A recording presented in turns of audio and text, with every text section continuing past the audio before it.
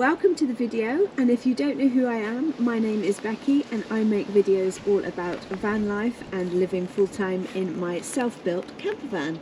As you can see from the weather, it's rather miserable and wet out. This video is how to survive winter when living in. Hi guys, we've now settled back inside. I hope you've got yourself a warm cup of tea or coffee, and let's get into the video. These are just a few of the things that I like to implement during the winter time, and even more so now that I am in the van. So in those times when we can't go out and do so much outside in nature, we have to entertain ourselves more inside. So my suggestions would be get yourself a couple of puzzles or some books, something that you've got that you can quickly put your hand to, especially if you're away with your family and you've got young kids that have got to be entertained. Having a few things like that on hand, ready in the van to go, make all the difference. It just makes that day a little bit more interesting because it's something new and fresh. That leads me on to the second thing that I like to do in the wintertime, and that is to have some nourishing and warm foods. Now, I personally love to have soups and sort of nourishing foods that fill me up and make me feel good and cozy inside. I will always add turmeric to my food to make it warming and better for my circulation. Other spices and seasonings like nutmeg are really good for the body. You could also add in some cloves, and also ginger is a really good favourite of mine because it stimulates the blood and it's really warming and it has that festive flavour. Just adds that extra winter warmth and it makes you feel that you're in the Christmas season. Another way of embracing winter and surviving winter is to have lots of layers you can put on top of one another. So for instance, I have a capsule wardrobe, and if you don't know what a capsule wardrobe is essentially a few pieces that all work together and that you can layer up so that you don't get cold or too hot throughout the year and you don't have too much excess clothing. So for me, for instance, I have a raincoat and I have a winter thick puffer jacket, and that is the two coats that I have. I also have one woolly hat, a scarf and a set of gloves. Put on the layers when you need to go out and about, or if you're chilly in the van and it's not quite warm, you can pop on those layers, and as the van heats up and you've got your diesel heater or your wood burner going, you can then strip off those layers, but you're still dressed and you've got those go-to pieces if you need to get them back on hand. Go with the flow in terms of winter van life. You know, some days you'll have plans where you want to go out and do stuff, but it might not be possible because of the weather. So keep flexible and keep up with being able to switch up your plans. So should you have a bad day, you just schedule what you're planning to go out and do for another day, and instead you do admin or you make yourself cozy and you just decide to have a cozy day in the van. That's fine. We all like those cozy days, and sometimes it's nice to have the permission to just be like, okay, it's been taken out of my hands, I am just going to relax for today and do some other things. And some of the things could be what's on this list. Another great thing is to embrace the elements. Now again, we have such turbulent weather here in the UK. Within the course of a week, it could be raining, it could be sunny, and it could be snowy. I have had that in January. I think it was 2018. We had extreme weather all in 1 week. In that case, throw on your coat, get yourself prepared for the winter weather. Go out and have a brisk walk. Embrace the elements, get out there in the rain and the wind, and then when you come back into the van, it actually changes the environment and you feel grateful to be back in the van, and you actually feel warmer because you've had a bit of exercise, because you've been out in the cold and the wind. You actually feel that you've had a bit of fresh air, you feel more rejuvenated, and then you can get on with the rest of the day and you enjoy being within your little cozy space of the van rather than waking up and not venturing out at all, which sometimes it makes you feel like you don't want to do that, but trust me, go out even if it's for 5-10 minutes. Just go out, be in the rain, be in the snow, have a play, get a little bit of nature, be amongst the trees and the fields, and trust me, you will feel so much better and more positive for the day ahead. Family and friends are really important during the winter time, I think. Phone a friend, phone a family member if you've got a day where you can sit still and be a bit more contemplative. You know, wet and windy days or cold, snowy days, they make us slow down and not rush around like we would normally do. So take that time to connect with friends and family, especially during the winter season. We might not get a chance to see everybody, so just make a phone call or arrange a time to go and see them, so that when you have that space and that time, you've already got it arranged and you're not rushing around to try and fit everybody in. Now, a really amazing word that I have learned recently is Hygge, and it is the Swedish or Norwegian word. I'm not quite sure, so don't quote me on that, but look it up online. It encompasses that cozy, warm feeling when it's all Christmassy or it's all snowy outside and you want to hunker down, get in a nice cozy blanket. You've got some nice candles around you, lovely, soft, beautiful music, and you just have that sense of well-being and love. And that is what you want to create in your van during the winter time. At least that's what I'd like to create. Now, I suffer from S.A.D, which is a seasonal affective disorder. You can look it up more if you haven't heard of it before. There's lots of information on it. And it basically affects me when the days are shorter and the darkness is more. I have a specific light that I use during this time, which helps me feel more productive and my body less sluggish. Now, this is called a LUMIE light, and I can link down below if you're interested. I've had this light probably for about 10 years now, and I just replaced the bulb when it needs to be replaced. Essentially, it has two settings on it, one for morning and one for evening, and you set both of those depending on what time you want to wake up. So I have my morning one set up to start at 6:30, so that by 7 o'clock I have had the experience of a sunrise with the light getting brighter from when it first starts, so that at 7 a.m. I've had all the light coming through onto my face and my skin, so that I wake up naturally and I feel refreshed and bright, and I haven't been suddenly jerked awake by an alarm clock or a sudden influx of light. And it really helps me maintain a better day and a better attitude when it's a cold and dark wintry day. Now, the same goes for the evening. I set it for 9:30, and again, it's brightest at 9:30, and then I know that I have half an hour to read or do something like meditate before it gets completely dark. So again, it just slowly changes the light as if it was a sunset, and your body gets ready for bed and it starts winding down, so that by the time it goes dark, you are completely rested and relaxed, and you have had that wind down time. So that's a really good idea for anyone of you that suffers with this similar condition. The other thing with lighting would be to have multiple lights or little lights around the van, so that you don't have to have the main lights on all the time, because sometimes it's nice to switch up the way it feels in the van because you've got one room essentially. So it's nice to change the lighting because it feels like you're in a different space and it is more creative, and sometimes it's softer depending if you want evening lighting or daytime lighting.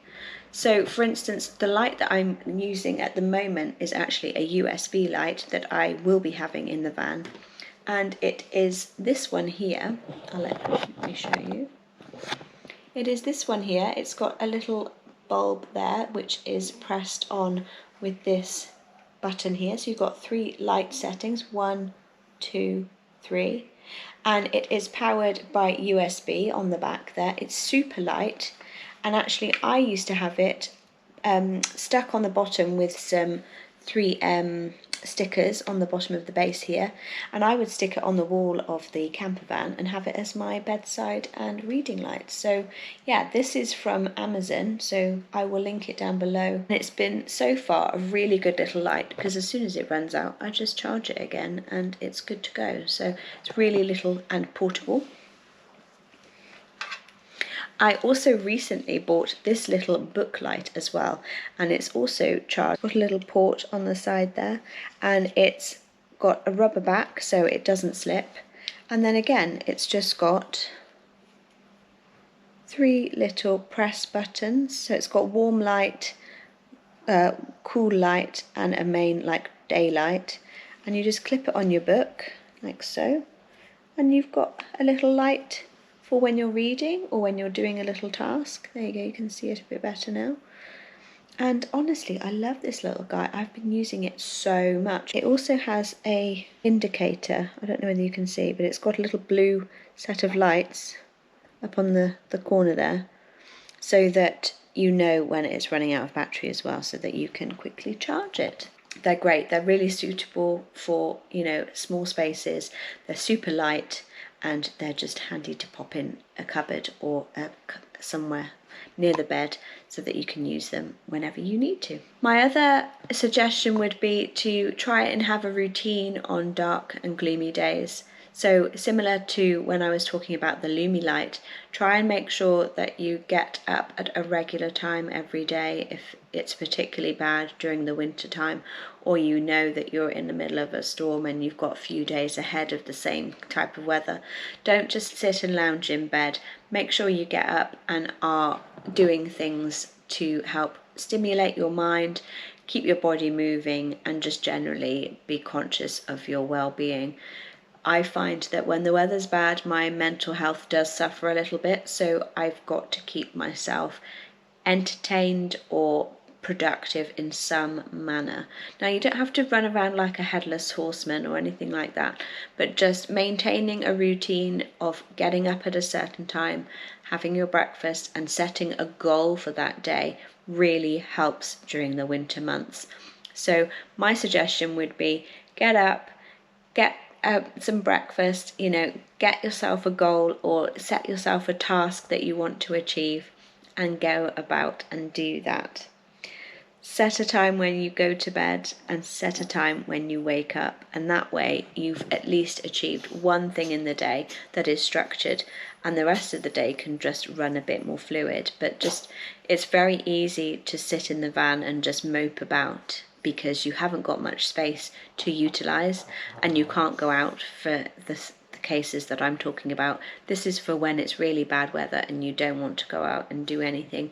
You need to still maintain a routine, because otherwise you'll find that a day and a half, 2 days will go by and you'll have achieved nothing, and you'll get really downcast, or you might get irritable with the other people that you're sharing the van with, or you just feel unmotivated, and it takes a couple of days to get back out of that. So by maintaining a routine and having things to do and being structured within your day really eliminates that completely. When you're in the winter months and you're feeling a little bit under the weather, or your immunity might not be as strong, then I would suggest looking into some supplements of some kind. Now, one of the top things that I always do, no matter what season it is, I always have some vitamin D. Now, this is an oral spray, so I spray it into my mouth every morning. Just 1 spray per day is plenty, and it's 4,000 IUs of vitamin D. It is great for the immune system, it's great for feeling much more positive and alive, and it gives you the vitamin D that you cannot get during the winter months when the sun is not as strong. So it really gives you that feeling of feeling alive and boosted and just feeling more vital. You know, that feeling in summertime where you just feel that life is good, everything is functioning well, and you just feel on top of the world. Well, that attributes quite a lot to vitamin D. And so many people have vitamin D deficiency. So get yourself some vitamin D, whether it be in tablet form or one of these oral sprays. That is a really good way of keeping your immunity up and your positivity during the dark and cold winter months. Now, another thing I also do is have magnesium, and magnesium is great for the immune system too. It's also great for body function and communication throughout the body. It's also great for muscular fatigue or anything like that. So if you have a lot of activity during the winter months and you get stiff and sore, magnesium is a great tool for using with muscle recovery. I order salts, and then I pop it into my little doggy bath or my little bowl, and I either soak my hands or my feet, because I sadly don't have access to a bath, because We don't have a bath, obviously, in the van. Don't worry if you haven't got access to a bath, there is still ways in which you can absorb the magnesium. A lot of people also like to have magnesium tablets, so there are 2 different options there. That is my luxury that I do maybe 2-3 times a week, depending on how I feel. Because I've been using magnesium for quite a long time, I can check in with my body and I know what I need. My advice would be 1 cup of magnesium salts, and then you need to sit in it or absorb it somehow into your body for 20 minutes at least, so that it goes into your system. Now, magnesium is similar to vitamin C in that once you have too much, you basically get rid of it through your body and it will naturally come out. So if in the worst case scenario that you have too much magnesium, you will find that you get diarrhea. So just be aware of that. I am not a doctor and I'm not advising you to do anything that you don't want to do.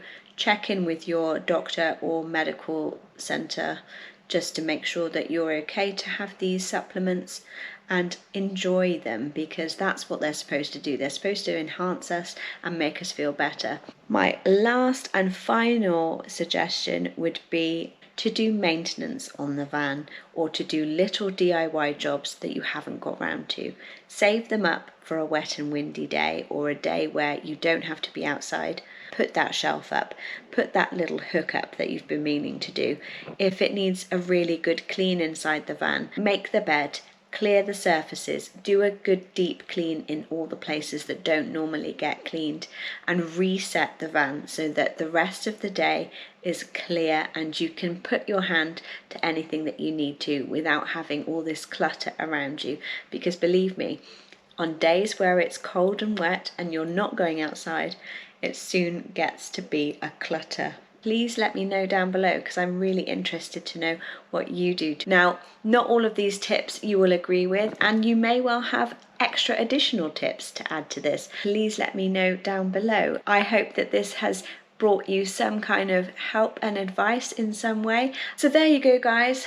There's a few ideas that you can do and implement to make van life in winter that much more cozy and enjoyable. And I hope that you enjoy the next few weeks ahead. We've got Christmas coming up, and we've got a few more videos coming before the end of the year. So take care, guys, and I will see you in the next one.